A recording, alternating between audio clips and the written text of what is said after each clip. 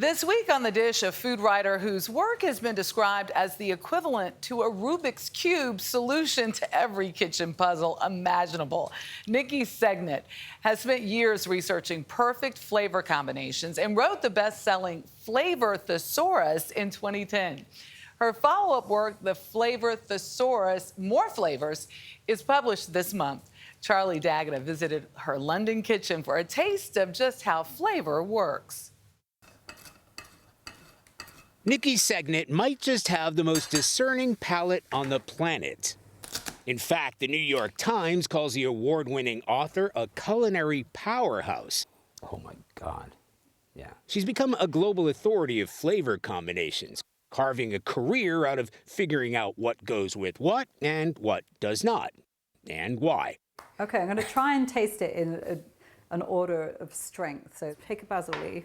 My crash course starts with an easy one, tomato and basil. If you've ever been in a greenhouse or you've been in a tomato patch in the high summer. It smells amazing. So you get that really intoxicating, freshly picked, freshly grown smell.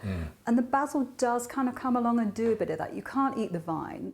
We move on to a flavor combo a bit more complex. This is one of my favorite combinations. Dark chocolate is the best way to show off the beauty and charm of cardamom. The beauty and charm. I love how you put personality traits on food. Yeah, well, if you work with them, as long as I do, they become your friends.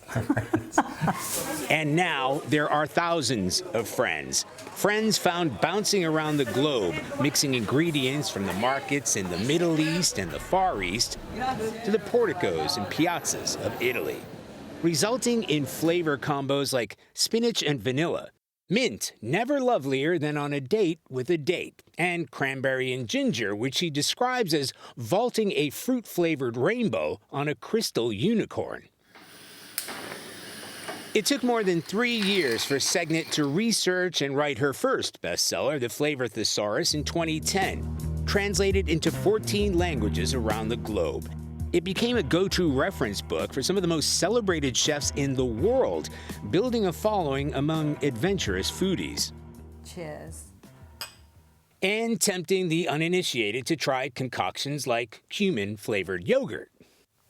That is a very powerful taste. And potato chips with pomegranate.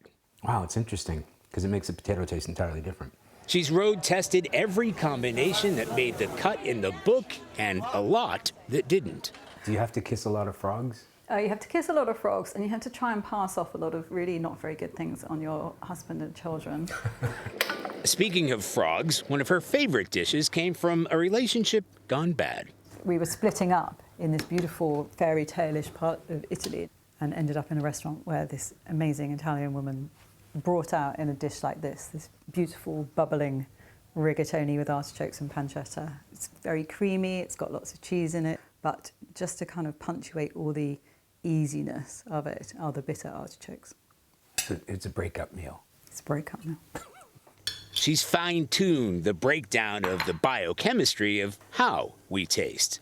Keep your nose pinched and chew it for a bit and detect what you experience. You can probably taste it's a bit sweet. You probably taste it's quite sour. Now you unpinch your nose. And that, by unpinching your nose, you let the flavour in. So the difference It actually tastes like orange. Well, you can, yeah, exactly. So you know what it is, because before that, it could be sort of anything that's slightly squelchy, that's sweet and sour. Yes. So your taste buds are doing that job. The flavour is really smell.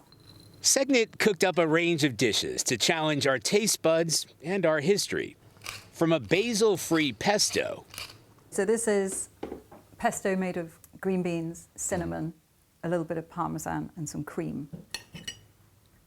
Often, if you have good basil, it tastes very much like cinnamon. If you hadn't have told me, I would have thought this was just straight up basil. Right. A maple and fennel tart, and chocolate and eggplant or melanzane a cioccolato. I mean, this is Italian.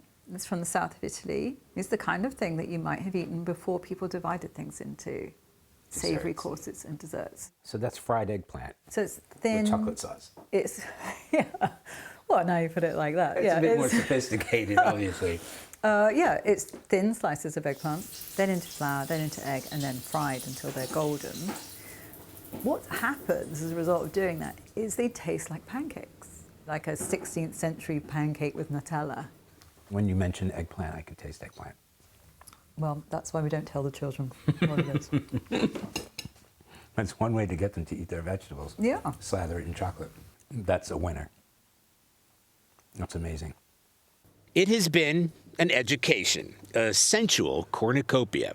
Before we finish, one thing has been bugging me. Growing up, my flavor pairings were sophisticated as peanut butter and jelly. Where do you stand on that? I mean, it's just so great, but you know, I have some issues with the jelly that some peanut butter is paired with, like strawberry. It's just not right. Strawberry doesn't have the heft, doesn't have the aggressiveness.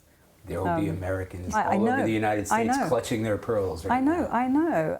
You may have ruined peanut butter and jelly sandwiches for me. Well, if there's one useful thing I did. And they say there's no accounting for taste, but that's not the case in Niki Segnit's world.